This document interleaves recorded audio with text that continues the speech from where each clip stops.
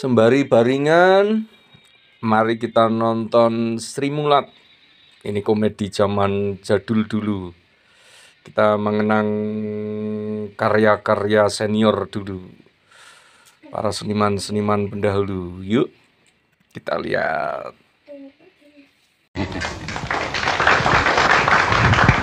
Kowe nang kene sing ngerti iso ngomong. Ngomong kalian sinten, Pak? Ya ngomong karo adimu. Kula niku jane isin lho, Pak, ndadi kaya ngene iki, Pak. Kowe isin, aku kuwi pusate tansaya. Bapak iki dhisik ya piye kok iso ndek anak kaya ngene? Lah aku dhewe ya ora ngerti duwe anak loro, sing siji becik, ayu manis, sing siji ora kedadean ngono. Ora kedadean ngising-isine kowe ngomong. Alah pancene ya elek tenan kok ngisini-sini piye? Kowe iki lho kaya wedok-wedok dhewe.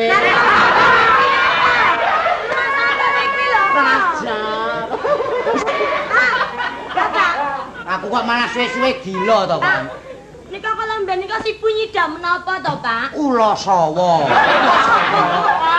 Ora seneng lho, Pak. Ku anggar ngising-isine terus bapak iki. Ngene. Lho, Iki apa? Iki Ada sepeda. Ada sepeda ya ora ngono carane. sing sepeda iki sapa? Kuwi tangane boyo wong Ini belajar sepeda. kuwi mak kowe ngerti, kuwi dheweke iki rak kerep li karambol ngono iki. Dadi tangane ngene lho. Mbok yo lemban iki ngene. Wong wanita kok ora iso luwes blas ngono. Strigis juwe. Oh, kuwi adikku ngomongani karo Mbak Yune lho. Wes ben rasa ngapa rasa dirayu aku. Rasa dirayu kowe Apa? sapa? Wong iki nggere tante dhewe. Tante dhewe ya isin tante ndek ponakan kaya kowe. Jora bae. Wong tante sayang karo aku. Sayang apa? Ayo. Ora ngomong-ngomong. Iki ya senengane kaya ngono kok. Anu tante, maaf lho tante. Kenapa? Ini lho bapak. Lambene rampir. Mbak Yu, Tak pateni pisan niku. dangun apa, Mas? wis sawentara aku yo njaluk ngapura ya. Ponakmu kaya ngono. Mboten napa-napa. Lah wong ya kowe iki ndonake kleru iki ya kok ngene iki salah kedaden ngono. Ayo meneh. Wong pendak esuk nak sarapan ki tak kon sego goreng ora. Lah napa sarapane, Mas? Karet gelangan kuwi. Kaya karet gelangan nggih sarapan ki piye to? Ngono jere Mbak Emi saiki karet. Bapak iki pancen juwek banget. Suwek. Aja kaya ngono karo wong tua kok kaya ngono kualat lho kowe. Nggih mboten ngaten to, Bu. Ngomong kok aja metat-metat ngono lambene. Ora biasa to ngaten iki. Biasa ngono piye? Ra dindomble, Budhe. Iki gak domble. Napa? Duweh. Ya wong iki klerune udah klerune anakku. Iya, Mas. Klerune wong tuane kaya aku iki, ngono. Heeh. Biyen dek iki Nyidam isih apa nang to, Mas? kandungan ibune. Iki aku kuwi ngewer-ewer kucing urip. Ambasan lain jenengan Remer piye ta? aku kok wis jan PN wae po ben Ora apa-apa wong aku ora ndek anak, ora apa-apa ngopeni ponakan, Mas. Timbang iki nderek budhe mbok luwung aku, Pak, sing nderek budhe. Lah lha apa? Anjut aku kon karo kuwi nang omah Ijen. Iya, ngono ben tukaran terus, Rong Bapak. dino mati aku. Kowe iki jane wadon apa pria? Nggih, Sapa jenenge sapa? Jenengmu sapa? Sapa ayo jenengmu. Sapa? Bapak iki lho. Golek jeneng dhewe. Ah sapa jenengmu?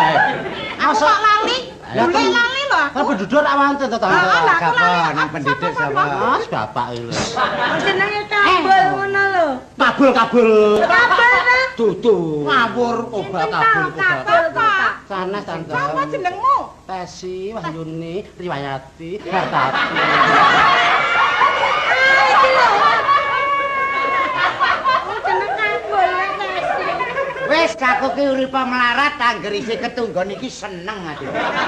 Iki nyambung umure wong tuwa bocah iki ya. Kersanipun to Mas mesakaken masa kaya ngono ya putrane dhewe kok. Iki ngene. Kok dangu mboten tindak mriki? Iki pancen repot sakjroning rumah tanggaku. Oh, Saploke ibune cah loro iki wis ora ana. Nggih. Ha iki aku ki mikirake cah loro iki pancen mula ora ana kesempatan. Iki ana kesempatan rene. Soal menapa? Nah, bab perluku iki janjane aku arep membutuhkan uang sekedar dari Sofia. Oh, bantuan saking kula. Ngono ya. Pinten to Mas? Ayo kira-kira Sampun kata-kata. Pinten sampun Tahu, kata-kata tahu. 5 juta kira-kira? Kiran mboten? Hah? 5 juta. Kuwi ora oke. Lho kiran apa mboten mangke kiran? Iya, Pak, yang 5 juta kurang ya 10 ngono lho, Lu Pak. sugih Mangke ra kaya bapak. kurang. 10 gak kurang to, Kis? Nggih, dos pundi Pak kirang mboten? Kurang mboten. Kurang Ya, tak Mas ngono lho, Pak. Wis ganepi sing ganep 20 ngono Kok gak kurang to, Mas? Lho Pak, sithik sithik tenan lho Pak. Aku malah deg-degan. Lawe ngono lho, Pak. Iki ditawani, ora apa-apa. Ora apa-apa, ora apa-apa. Jaluk sing akeh lho, Pak. Iya, iya. Ayo wis Pinten? sak karemu pokok sing akeh ngono wae. Sing akeh. Heeh. Duwe mbahmu ya. Ora nyilakake wong tuwa. Terus pundi, Pak? Aku wis deg-degan ngono. Kenapa? Ah, duwite mbahmu apa? Lah jenengan iku dilulu karo bulik ya iso. Budhe kok golek wong duwe ati kok. Tong ini bulik iki njut kepiye? Budine sepira kok? Iki Ya sak cukupe mawon nggih to. Soale kula nggih niki lagi repot lho, Mas. Nggih, kangge napa to? Kangge anu kok Budhe, kangge anu bayar sekolah kula kalian bayar di sekolah. tesi. Iki jek sekolah to? Tasih. Lah bener ketemu aku kok meneng ae ning tunjungan. Kowe? Udah gak sepatu nih kok. Ora dandane sepatu kok, Mas. Kalau menapa to Budhe? Minggu kira-kira. Oh kalau minggu. Aku mancal becake lho. Iya ta? Sanes. Kok padha to, Kak? Oh, sanes kula. Sanes mancal becak nika. Sing ngurus truk nika kula. Budhe iki nek ngendikan lho. Wah lambe. Lambene wong gedir. Kaya kowe bikang. Engko ya wong Iki sak cukupe ya, Mas ya. ya aku ya matur nuwun ya. Engko nek aku ana rezeki tak balik. Ya aku lak wis kandha. Panjenengan nek kurang apa wae teko rene ya. Ya iki men kanggo persediaan. Loh, kok lah. Apa iki? Nembe kondet ta? Ya iki saka ngendi wae? Nek tamu. Sedulurku lanang. Ditesa iki? Duitku ya, Pak. Duitku. Dikapake. Nah, dheweke njaluk bantuan terus tak paringi kuwi. Oh, njaluk bantuan terus kok kayak iki. Iya. Oh ya gelem. Gelem. Nampa Gelem. seneng. Seneng. Balekke wae. Loh, Kok balekne piye to? Lho, ana apa? Lho butuh kanggo biaya putra-putrane iki lho. Ayo sekolah. ben ngragati dhewe. Iki Ana apa? iki wis dinehke Dinehke. Ane iki maune dhuwit saka sapa? saka Aku ora ngerti. Ora. Iki sing ngekeki aku. Anjir. Iya. Lah iki maune tak keki. Ha kok iki ndur tak keki kok keke kowe? Lah iya. Kok lancang kowe gelem? Kok nyimut? Kaya ngono to. Ora iso. Ah, kesenengan. Tak krutut ngene kesenengan. Men tiba. Sampeyan kok terus kaya ngono Ana iki lho apa? sedulurku tuwa to. Lah ya sedulur wajib piye? to. Adike rumah tanggane kepenak uripe. Lah dene njaluk bantuan sapa nek ora njaluk bantuan aku? Ora, kowe iki wong wedok. Pokoke kowe iki ning tanganku. Terus sampean ndene Ning njaluk ya bantuan sekedar bantuan. aja nyok njaluk. Lah iki ora apik. Heeh. Ha iya. Ya, nggih. Mulane nasihatku aja nyok njaluk. Nek iso golek dhewe. Nah, mula saka kuwi aku mendidik sampean. Njut iki sing wis dinehke aku tak jaluk bali. Lho, ora ngono, menjaga kesehatan kok. Keselamatanmu. Mengko nek kowe kulino njaluk rene, ya lamun aku ning omah. Nek ora ning omah, kowe njaluk tangga teparo kene. Siapa? Anjir gusiku piye gusiku? Gusi piye to? Kowe Busi. kuwi lho alah. gengsi. Ah gengsiku piye? Gengsi. Wong gengsi ya gusi. Ora Ya wis Pak D ngene. nika ngaten lho Pak D. Ana apa? Bapak nika sowan kalian bule. Heeh. Nika badhe nyuwun arta kangge bayar sekolah kula kalian tesi Pak D. Oh, nggo bayar sekolah kowe. Mboten ateges badhe Lho kangge apik? Kuwi jenenge duit temonjo nggo bayar sekolah, ya ta? Anjir sing dibayar kowe karo kowe. Njen njaluk sapa? Njaluk Pak D aku Ah, iki nek kowe njaluk iki ora apik. Apa iki ibumu, Pak? Oh nggih sampun kula nek ngaten nyuwun Pak D kemawon Pak D dalem badhe nyuwun arta kangge bayar sekolah Pak. Oh, Pak Demu ora apik. Iya, nak Pak Demu wis suwe le ora apik kuwi. Lho kok ora apik? Ben acet to. Kowe kan jer kaya ngono njaluk ora sida kelakon kok jer sajake iri hati. Lah penemumu ki ora penemu umum. Ana apa? Kok ora umum piye? Saiki aku ki sapa? Njut bojomu sapa? Sing ora umum aku apa kowe? Lah kowe Nah, nek aku tiba ngondi? tiba nggon bojomu wis ngenehi Heeh. wong sedulur. Terus? Ora ana ilange, lah kok tok jaluk bali. Lho, lah wong ditku. Ya iki, ditku. Saiki kok sok baline. Sing ora umum ki kowe. Kok ora- Duwe anak, ngeragati anak kok njaluk karo sedulur. Sampun to Yo Pak. tanggung jawabmu ki di mana? Wong tua kudu harus berani tanggung jawab, harus berani kon kesuwen. Apa? Konsekuen. Tanggung jawab kuwi. Konsekuen. Ha, kuwi.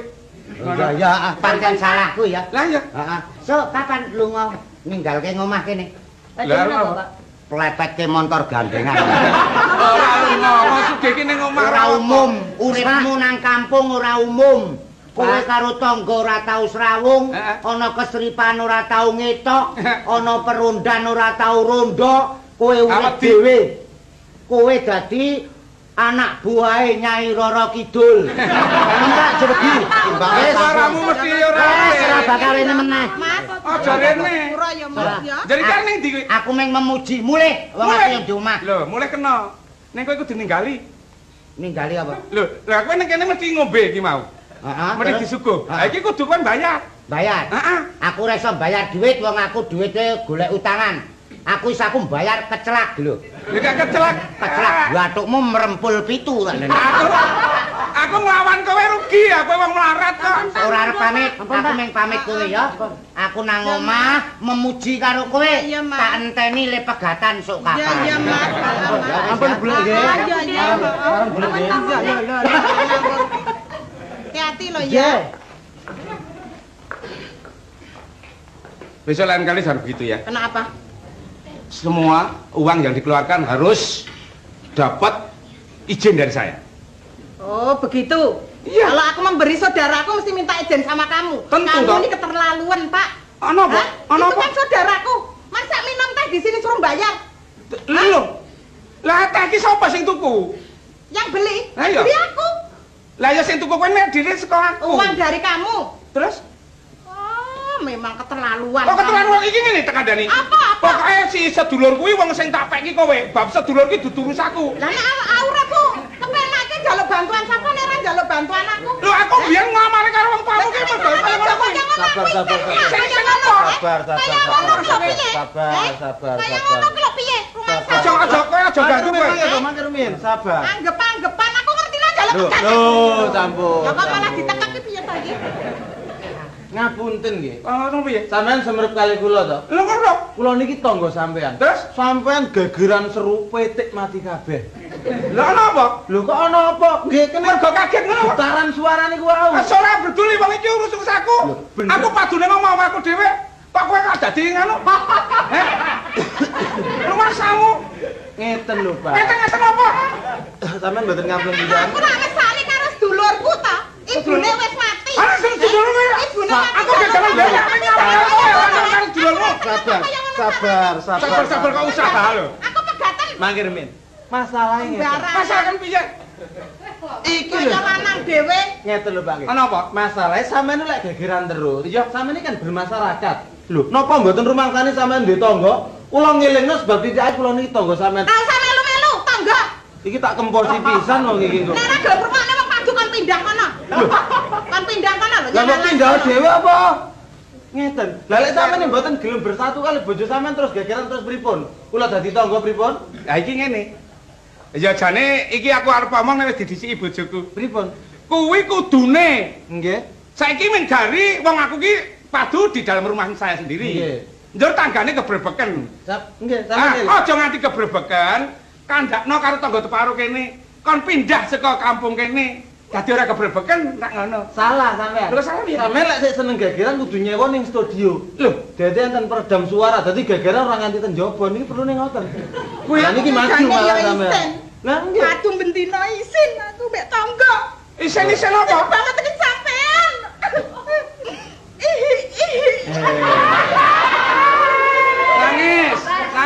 Nangis campur ngerik. men aku men luluh ya. Kula niki mek ngeling Aku men ora sida nesu. Ora iso. Pak. Sepisan malih kok ngalengke nggih. Ana apa? Sampeyan pun nganti gegeran. Eling nggih. Terus sampeyan ngebuki kula. Kula mboten napa-napa. Lho kowe njerane ngopo? Heh? Lho, ayo Iki nang omahku dhewe. Kowe njerane ngopo? Pisan, Kas. Kowe njerane ngopo? Loro iki lho.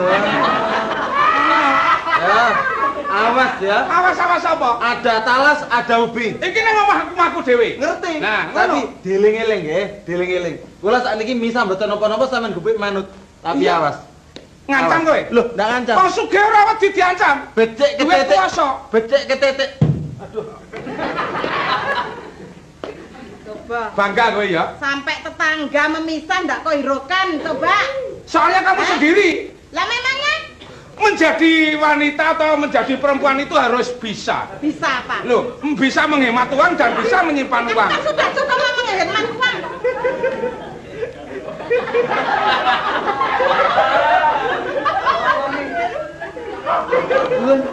Iki ana wong loro sing siji kaya potelot. Sing siji kaya kotrik dom-doman. Nuwun. Ya. Saya lupa. Oh.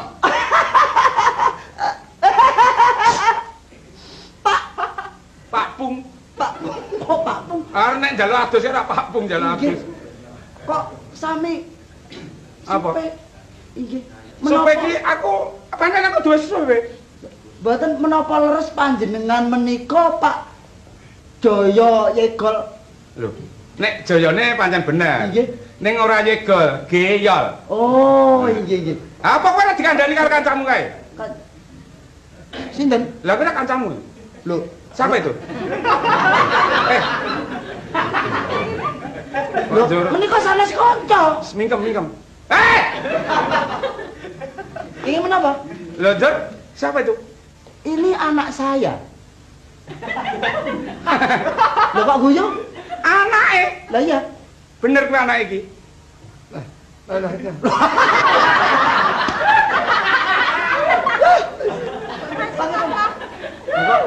Ini memang betul demikian. Terus? Ini saya membawa anak saya kemari. Ya. Oh, ini Pak Jogel tak? Betul. Ya, kenalkan saya Pak Didik. Nah. Didik Mangku Projo. Oh, namanya. Iya. Nah, terus? Terus ini anak saya sakit. Lo kok dibawa kemari? Nah, Ini namanya salah alamat. Salah alamat. Seharusnya dibawa ke rumah sehat.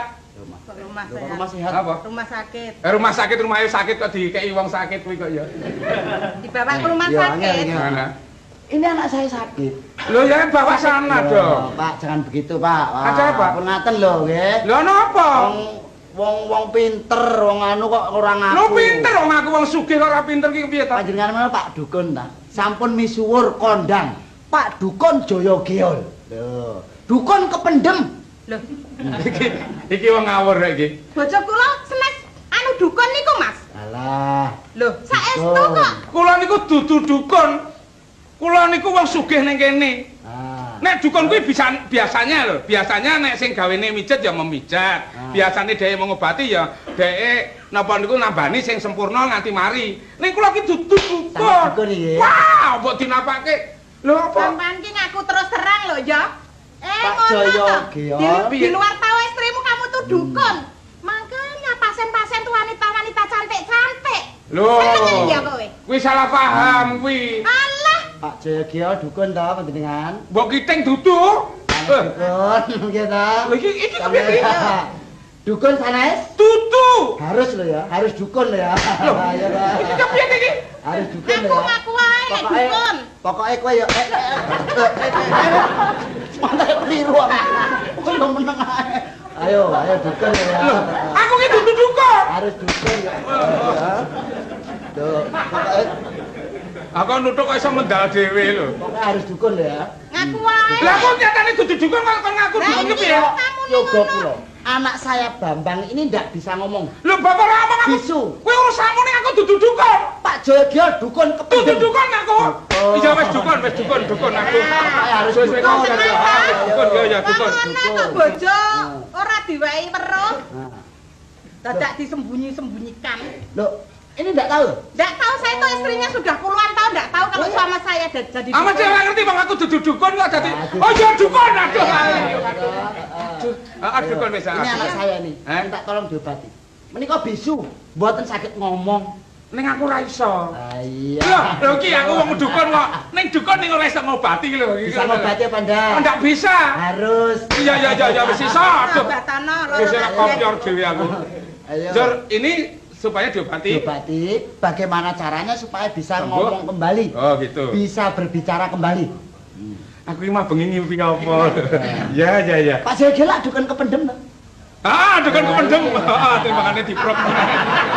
Menapa? Iya, wah dukun banget, kependem banget. Lah kependem jero to? Wah wis juluwe ora karu-karuan timbangane kopior aku. Dengan anu ngapunipun karena menika menapa? Ora. Saestu lho. Oh, tenan ya. Ya tak obatane. Kene Le. Anu. Apa, Pak? Iki ngobati iki. Ah, wis obatono. Nah, kowe kudu kerja sama ya Ah, toh. iya, Pak. Kene Le, Bang. Saiki aku tak takon. Saiki aku tak takon. Heeh. Ning kowe kudu iso batang lho ya. Sampeyan ya kudu iso batang.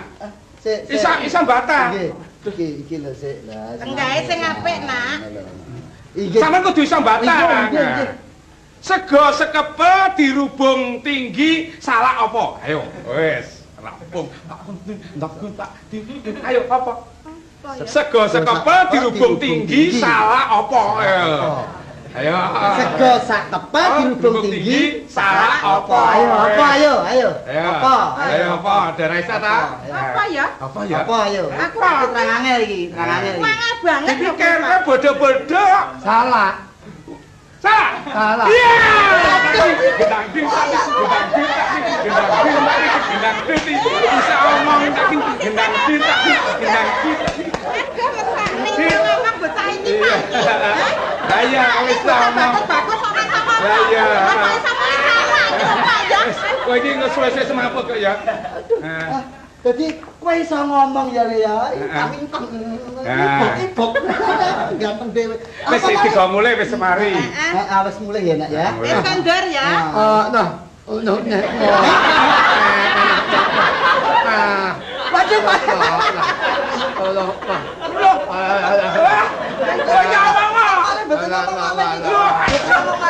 Kowe iki omong. Mesakno karo sirahku ya. Kok mau wis muni salah kok saiki nyadar. Harus sembuh lho nggih. Kudu arah. Ya wis. Saiki nganu. Iki mau salah usaha kanggo. Gampang kok ya to. Saiki sing angel. Pitik walek saba kebon nanas apa wis rampung kowe. Bingung kowe. Pitik walek Saba kebon nanas apa wis. Pitik balik sapa kebon nanas sapa? Ayo wis. Apa wis. Ya. Tau krungu dongengan ngono ya. Nah, kedhi ngono kok angel kan nek mau gampang nek iki angel. Nek mau gampang saiki angel. Bedakan ku gampang mawon sih. Ya. Gampang wae apa? Ora iso. Pitik balik. Sapa kebon nanas apa? Ayo. Nanas. Nanas.